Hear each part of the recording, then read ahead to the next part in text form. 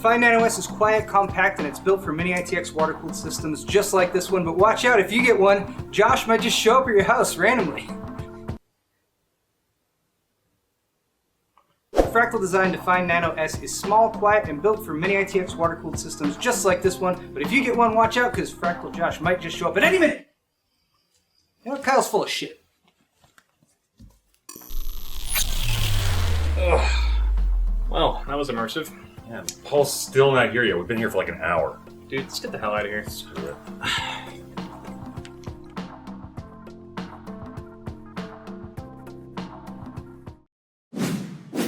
Excellent!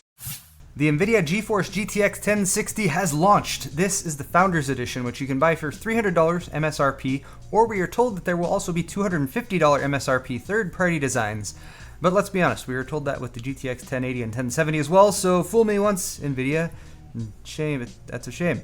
Anyway though, the questions I have for this card are, how does it compare to the RX 480 recently launched by AMD Radeon? Will any of these cards actually sell for $250, or will they all be priced closer to the $300 Founders Edition?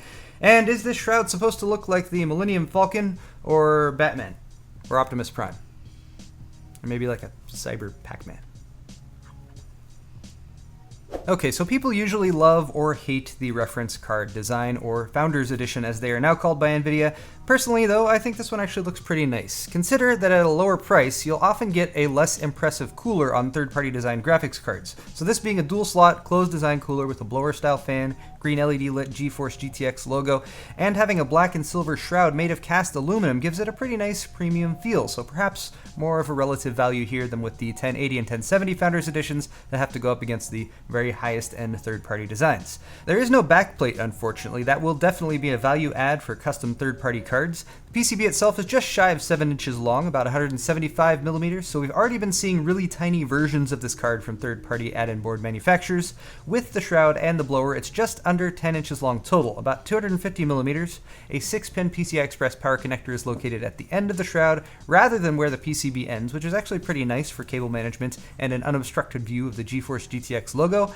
And NVIDIA says this card has a 120-watt TDP. At the heart of the card is the new Pascal GPU, the GP106, little brother to the GP104 used in the 1080 and 1070. It's still 16 nanometer Pascal architecture though, with 4.4 billion transistors, paired with 6 gigabytes of 192-bit GDDR5 memory at 8,000 MHz effective clock speed, 10 streaming multiprocessors, 1,280 CUDA cores, 80 texture units, 192 gigabytes per second of memory bandwidth, and 48 ROPs round out the specs. Since this is a Pascal GPU, you also get to take advantage of new Pascal technologies, including simultaneous multi-projection. For more on those, check out my GTX 1080 intro video, which I'll link right up there. No SLI bridge on this card means no traditional SLI support, not even two-way, which I'm kind of on the fence about. I never really recommended two-way SLI configs in the past with 60 series cards like the GTX 660 or 960, but I don't like having options removed from the consumer either. You could still use DirectX 12 LDA explicit mode to pair up a couple 1060s, or MDA mode to add other non-1060 or non-NVIDIA cards even with multi-adapters, but that would also require a well-designed DirectX 12 title that properly leverages and balances multi-GPU usage, which in my opinion just doesn't really exist right now. Anyway though, I will be discussing DirectX 12 and Vulkan more in depth in another video once the dust from this launch settles. Video outs are 3 DisplayPort 1.4s, 1 HDMI 2.0B, and 1 DVI, just like the 1080 and 1070. On to overclocking though. My Founders Edition card had a lot of overclocking headroom, so expect to see some nicely factory overclocked third-party designs. I used EVGA Precision X and I ended up tacking 190 MHz onto the GPU clock, 250 MHz onto the memory clock, with power, temp, and voltage sliders maxed out. At stock, the card has a base clock of 1506, boost of 1709, max of 1911, and an average of 1835, with the overclock that jumped up to 1681 base, 1884 boost, 2075 max, and 2037 MHz average speed under full gaming load. Temperatures were pretty reasonable with the Founders Edition 1060 if you compare it to the Founders Edition 1080 or 1070. It hit 72 degrees Celsius at stock with fan speed ranging from 30 to 50%. With the overclock, I set the fan manually to 70% and it hit 75 degrees Celsius max under load. Here's fan noise testing so you can hear for yourself. We're going to start off at idle. Here's 40% fan speed, typical at stock settings while gaming. Here's 70%, which is what I had it set to while I was overclocking. And here's 100%, which you can use to annoy your roommates. Moving on to benchmarks, I tested at 1920 by 1080 and 2560 by 1440, and since it is always controversial whether or not I use overclocked numbers, I have both stock and overclocked numbers for the GTX 1060 as well as the RX 480, AMD Radeon's closest competing card. I also rebenched the GTX 970 so you can compare NVIDIA's former best card in this range, and here are my results.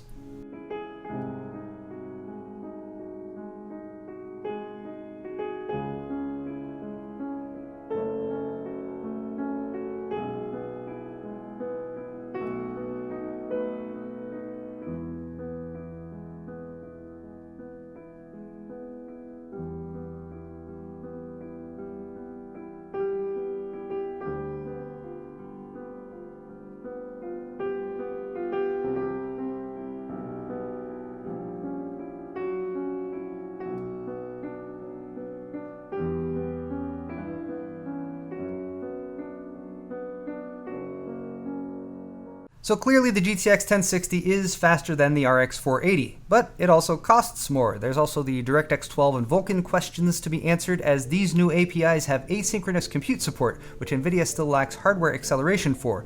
I wanted to focus today's video more on currently playable titles, however, so I will be following up in the future with a dedicated video to DirectX 12, Vulkan, and asynchronous compute, hopefully with more info and further developments in that area. Finally, some power draw results, and please take these with a grain of salt as I'm recording peak wattage, which isn't always consistent. Remember also that TDP, which is 120 watts for the GTX 1060 and 150 watts for the RX 480, refers to how much heat needs to be dissipated by the cooler, not how much power the card actually draws. So I think what I'm actually going to do, for anyone who wants more info on the power draw at least, is link to the inevitable PC Perspective review down below, because they have much better power draw testing equipment than I do, so check that down in the description.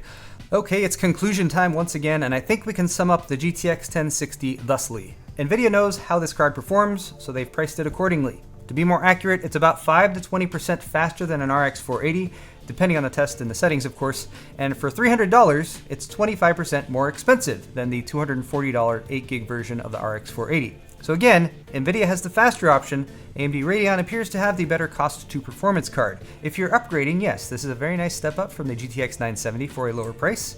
If you're considering the 1060 versus the 480, right now I think it just comes down to budget, and we're going to have to wait to see if in the coming months advances in DirectX 12 and Vulkan titles show Radeon gaining a significant edge in async compute performance, or if the 8GB versus 6GB frame buffer has an impact at higher resolutions. But basically, if you're going to spend $200 to $250, get the RX 480. If you're going to spend $250 to $300, get the 1060. Lastly, pricing and availability are important. Those were issues with the 1070 and 1080 launches, so I'm going to be keeping an eye on NVIDIA's stock levels for this card after launch, and I think pricing criticism is well warranted too, with the new and more expensive Founders Edition versus the old style of creating a reference design that actually sells for the base price. I, for one, am not going to be talking about a $250 GTX 1060 until I actually see one for sale and in stock somewhere, since the $600 GTX 1080 MSRP still seems to be kind of a mythical unicorn that you only hear about in legends of PC gaming past.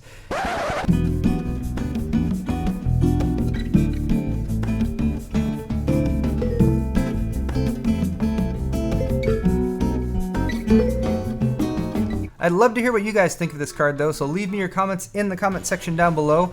Do you guys like this Founders Edition design for the GTX 1060, or are you all going to be waiting for add-in board partner models? Links to this card on Amazon, as well as my Paul's Hardware store where you can buy shirts like this one, are in the description too. Hit the like button and get subscribed if you enjoyed, and as always, thank you very much for watching my videos.